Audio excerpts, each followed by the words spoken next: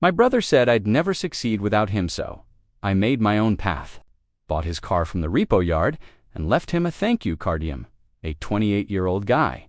And for as long as I can remember, my older brother told me I'd never amount to anything without him. He said it so often it stopped sounding like an insult and started to feel like some twisted prophecy stamped into my skin. My earliest memories of family gatherings are of him standing tall, cracking jokes at my expense while everyone laughed, leaving me to smile through the humiliation. He was the golden child, the one with charm, good grades, and an endless parade of praise from our parents. Me, I was the quiet one, the responsible but boring kid. No matter how hard I worked, it was invisible next to him. I could bring home a decent report card, and my mom would shrug while bragging about how he barely studied and still aced everything. The worst part wasn't even the comparisons, it was how public he made my failures. I still remember one birthday party when I was around 12. I tried to play the guitar in front of our relatives. I wasn't great, but I had practiced for weeks. My brother cut me off mid-song, snatching the guitar and shouting, "Let me show you how it's done." He strummed nonsense chords. Everyone laughed, and I just stood there, cheeks burning. That night, I cried into my pillow, swearing I'd never try again, and the pattern never stopped. If I wore new clothes, he'd mock how they looked cheap. If I had a crush, he'd expose it in front of friends. He was relentless, and our parents brushed it off with, "That's just how siblings are." But deep down, I knew it wasn't normal. It wasn't harmless teasing. Every insult chipped away at me. Every laugh at my expense became another layer of concrete in the walls he was building around me. And the scary part was starting to believe him. When I was 16, I got my very first job bagging groceries at a small corner store. It wasn't glamorous, but I was proud of myself. For once, I felt like I had something that was mine, money I earned with my own hands. The first time I came home with my tiny paycheck, my brother snatched it right out of my hand, laughing. "What's this, lunch money? You'll never get anywhere working like that. Stick with Mile, show you how real money is made." He tossed the envelope back at me like it was trash. I remember standing there, heart sinking, while my parents chuckled at his joke. They didn't defend me, didn't tell him to stop. Instead, my dad added, "He's right, son. You should follow in your brother's footsteps if you want to succeed." It was like they couldn't see the difference between his arrogance and my effort. A year later, I saved up enough to buy my first car. It was a beat-up old sedan, nothing special, but I had worked nights and weekends to make it happen. When I pulled into the driveway, beaming with pride, my brother shook his head and laughed. "You're celebrating this piece of junk. Don't worry. When it dies on you, I'll give you a real ride. You can't even survive without me." My parents nodded along, like his words were gospel truth. Every milestone I hit, no matter how small, was treated like it didn't matter. And slowly, it started to eat at me. I stopped feeling proud and started second-guessing everything. Maybe they were right. Maybe I was destined to always be in his shadow. But late at night, lying in bed, staring at the ceiling, I whispered promises to myself. Promises that one day, I'd prove them wrong. One day, I'd carve out a life that had nothing to do with his name or his approval. That secret vow became the only thing that kept me going. By the time I turned 19, my brother had found a way to pull me back under his thumb. He ran a small side business and convinced me to work for him. At first, I thought it was an opportunity. Maybe this was my chance to prove myself. But very quickly, it became clear that I was nothing more than free labor in his eyes. He never paid me fairly. Some weeks, he wouldn't pay me at all. When I'd bring it up, he'd smirk and say, "You should be thanking me. Without me, you wouldn't even have a job. You'd be out there, lost." His words were like chains binding me tighter every time I considered walking away. I'll never forget one particular night. I had just finished hauling boxes for hours, sweat dripping down my back, my arms aching. I asked him straight up, "When are you going to pay me for this week?" He leaned against his truck, lit a cigarette, and blew the smoke in my face. "You'd be nothing without me. Remember that." My chest tightened, rage burning inside me, but I swallowed it down. I was too scared to call his bluff, too scared to stand on my own. Even at home, the manipulation continued. My parents praised him for helping me out, never asking why I couldn't seem to pay for my own gas or groceries. They assumed I was lazy, dependent exactly how he painted me, and I hated myself for living up to that picture. Every time I considered quitting, his voice echoed in my head, "You can't do this without me." And a part of me believed it. I was stuck in a cycle where no matter how much I worked, I stayed broke, powerless, and invisible. Deep down, though, a storm was brewing. The more he tightened his grip, the more I wanted to break free. But I didn't know how yet the breaking point came on a night I'll never forget. My brother had dragged me along to a networking dinner, telling me it would be good for me to see how real business worked. I didn't realize until halfway through the evening that his entire plan was to use me as the punchline for his stories. We were seated at this long wooden table, glasses clinking, everyone laughing. My brother leaned back in his chair, grinning as he told a group of men in suits about how I once got lost driving to a job interview, exaggerating the story until it sounded like I was too stupid to find my way out of a parking lot. The whole table erupted in laughter. My face burned, and I could feel my throat tighten, but I forced myself to smile weakly, like I was in on the joke. When I excused myself to get some air, he followed me outside. I tried to confront him, my voice shaking as I said, "Why do you always do this to me? Why can't you take me seriously for once?" He smirked, eyes cold. "Because you're nothing without me. You'd be invisible. I'm the reason people even notice you. Don't forget it." That night, something in me snapped. I remember standing under the dim yellow streetlight in the parking lot, hands clenched into fists, realizing this wasn't just sibling teasing. This was systematic humiliation, a way to keep me beneath him forever. On the drive home, I stared out the window, numb, the sound of his laughter still echoing in my ears. And in that moment, I made myself a silent promise. I wasn't going to spend the rest of my life being his shadow, his punching bag, his convenient scapegoat. I didn't know how yet, but I knew I had to make my own path before he destroyed me completely. After that night, I couldn't look at my brother the same way. His voice still echoed in my head, but instead of believing it, I started using it as fuel. I knew I couldn't cut him off overnight. He had too much influence over my family, over my finances, but I could start quietly building my own way out. I picked up extra shifts at the grocery store where I used to work. I told him I was just helping out a friend, keeping it vague so he wouldn't catch on. Some nights I came home exhausted, clothes smelling like stale produce, and my feet aching so badly I could barely stand. But the sight of my growing savings tucked away in a hidden envelope gave me strength. I also enrolled in a night class at the community college. I didn't tell anyone, not even my parents. I'd sit in the back of a dimly lit classroom, notebook open, my heart pounding with both fear and excitement. For the first time in years, I was learning something for myself. Not under his watchful eye, of course. He noticed the changes. One evening, he smirked at me over dinner, fork in hand. "You've been awfully busy lately. Don't tell me you think you're going to outgrow me." My stomach dropped, but I forced a laugh, pretending I had nothing going on. Inside, though, his words only pushed me harder. The secret became my lifeline. Each dollar saved, each page of notes filled, felt like a brick in the foundation of the future I was building. I wasn't free yet, but for the first time, I could feel the possibility of it just out of reach, but close enough to chase, and that chase was about to lead me somewhere I never expected. The turning point came sooner than I expected.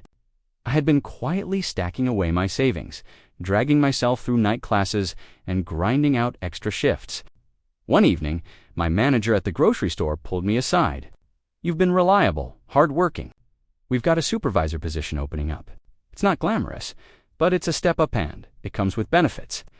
For a moment, I couldn't even breathe. Me, a supervisor.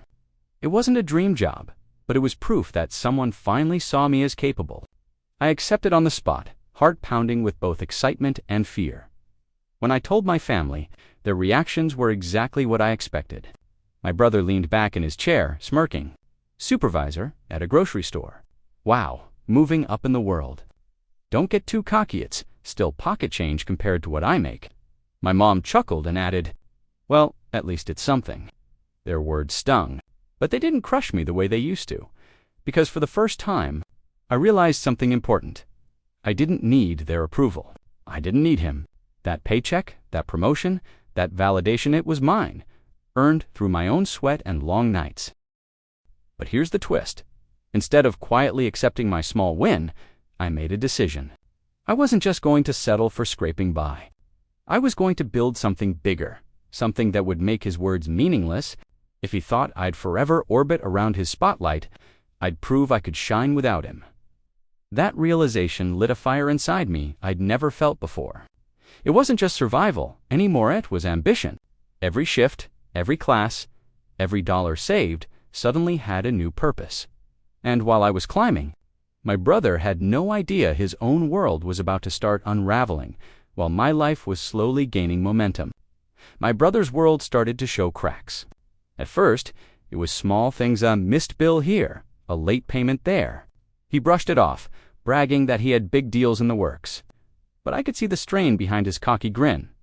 One afternoon, I overheard him arguing on the phone. His voice was sharp, desperate. "No, I just need more time. Don't threaten me. I'll pay." He slammed the phone down, and when he noticed me standing there, his face twisted into anger. "What are you staring at? Mind your business." I walked away. But inside, I felt a flicker of something I'd never felt before. For once, he was the one scrambling, not me. The cracks spread quickly. He made reckless investments, bought flashy things he couldn't afford.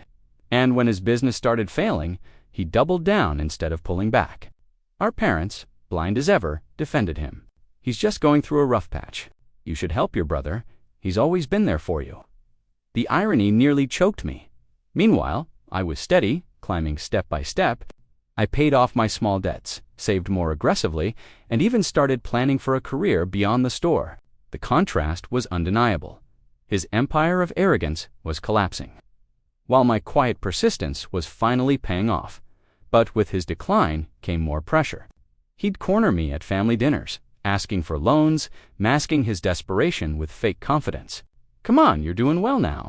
Toss me a little cash. Family helps family." I refused, and each time I did, his mask cracked a little more. For years, he had told me I'd be nothing without him. Now, for the first time, I wondered if he'd be nothing without me. And that realization only made his downfall harder for him to accept. The deeper my brother sank, the harder he tried to drag me down with him. He started calling late at night, his voice slurred, sometimes angry, sometimes pitiful. "You owe me. You know, if it wasn't for me, you'd still be a nobody. Family helps family, right?" I'd sit there with the phone pressed to my ear, heart pounding, torn between guilt and rage. Because part of me still heard that younger version of myself, the kid who believed I was worthless without him. But another part of me, the part that had scraped and clawed its way toward independence, wanted to hang up and never answer again. They cornered me one Sunday after dinner. My mom's voice was sharp but pleading. "Your brother needs help. Don't be selfish. He's always looked out for you, looked out for me." I nearly laughed in her face, but I bit my tongue, staring at the floor, while my dad added, "We raised you to support each other. You don't turn your back on blood." The manipulation was suffocating. Every time I refused, I became the villain. Every time I said no, I was branded heartless, ungrateful. It was as if years of humiliation and exploitation meant nothing, as if my only role in this family was to serve as my brother's safety net. One night, after yet another round of accusations, I stood in front of my mirror and whispered to myself, "No more. I am not his crutch. I am not his shadow." For the first time, I didn't feel guilty for saying it, and deep down, I knew that refusing him wasn't just self-preservation, it was the first step toward finally breaking the cycle. It all came crashing down faster than I expected. My brother lost his house first foreclosure notices, piling up until the locks were changed. Then his wife left, taking their kids with her. I still remember the night she showed up at my door, eyes red and suitcase in hand. She didn't stay, but her words lingered. I can't watch him self-destruct anymore. Not long after, he lost his job, too. His once flashy car sat in the driveway, unpaid, as repo men circled like vultures. My parents refused to see reality. Instead, they turned their anger toward me. At dinner one night, my dad slammed his fist against the table. "This is your fault. You sit there with your steady little paycheck while your brother is drowning. You're selfish." My mom chimed in, "You wouldn't have what you do without him. How dare you turn your back now?" Their words cut deep. For a moment, I almost believed them. Maybe I was heartless. Maybe I had abandoned him when he needed me most. That night, I sat on the edge of my bed, staring at the floor, hands trembling. All the old doubts came rushing back, the voice in my head whispering that I was nothing, that I'd only succeeded because he once gave me scraps. I broke down, sobbing into my hands, feeling like the villain in my own story. This was my lowest point in the moment. I questioned everything I'd fought so hard to build, and then, like fate had a cruel sense of humor, my phone buzzed with a notification. An ad popped up for a public auction highlighting repossessed vehicles. I scrolled half-heartedly, still numb, until one picture made me stop cold. It was his car. The shiny, expensive car he'd once lorded over me as proof of his success. The same car he mocked me with when I bought my beat-up sedan. There it was, listed for auction. His pride, his symbol of superiority, now reduced to a line in an online ad, and for the first time in weeks, I felt something other than despair. I don't know what came over me that night, but something inside me snapped into focus. The very next morning, I drove to the repo yard. The place looked like a graveyard for broken dreams, rows of cars lined up behind chain-link fences, their shiny exteriors dulled by dust and neglect. I walked past them until I saw it. His car, sleek, black, polished once upon a time, but now covered in a film of dirt, like it had been stripped of its former glory. My chest tightened as I stood there, staring at the same vehicle he used to throw in my face. "You'll never drive something like this," he'd sneered years ago. And now here it was, waiting for whoever had the cash to claim it. The bidding wasn't glamorous, just a handful of people in a warehouse, numbers being called, hands raised. My palms were sweaty, my heart racing as I raised my hand when his car came up. Every number felt like a punch to the gut. Could I really do this? Was I cruel for even trying? But then I thought about every insult, every laugh at my expense. Every night, I cried alone while he stood tall in the spotlight. And when the gavel slammed down and the auctioneer shouted, "Sold!" it was mine. The keys were cold in my hand, heavier than I expected. Sitting behind the wheel, the leather cracked beneath me, the smell of stale smoke filling my lungs. For the first time, I felt like I had taken back something he stole from Minot, the car. But the years of confidence he'd ripped away. But I wasn't done. No, this wasn't about driving his car. This was about giving it back to him in a way he'd never forget. And I already knew exactly how I'd do it. The air felt electric heavy, like the sky was holding its breath. I parked it right in front of my brother's crumbling apartment building, the headlights slicing through the darkness. The same car that once symbolized his superiority now sat like a trophy of his downfall. I didn't wait for him to come out.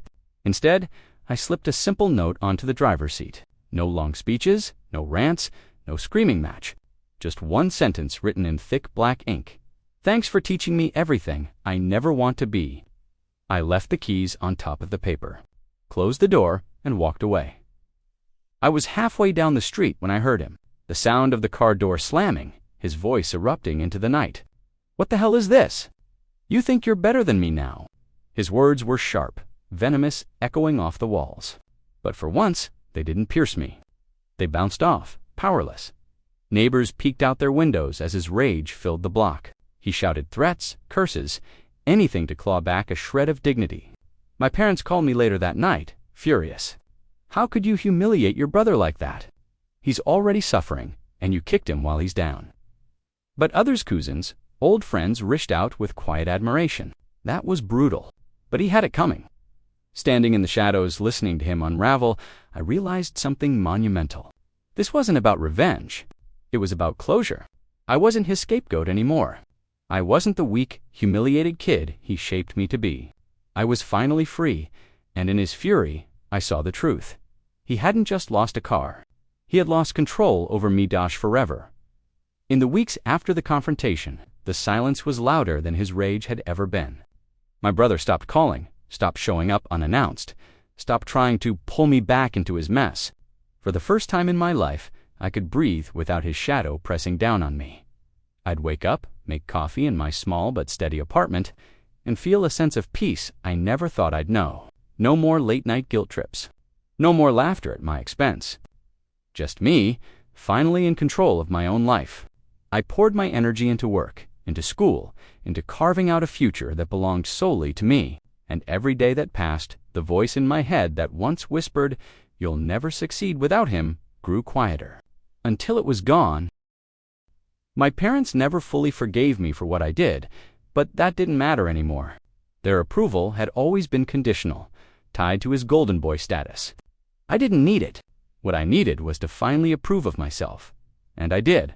One evening, sitting on my balcony as the sun dipped low, I thought about everything he had ever said to me. How he convinced me I was worthless, how he laughed while I cried, how he built his power by crushing me.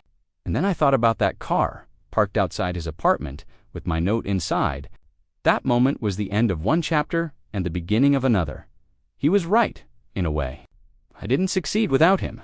I succeeded because of him, because every insult, every humiliation, every moment he tried to break me became the fire that built me. And now he lives with the ashes of his empire. While I walk forward finally free, finally whole, finally mine.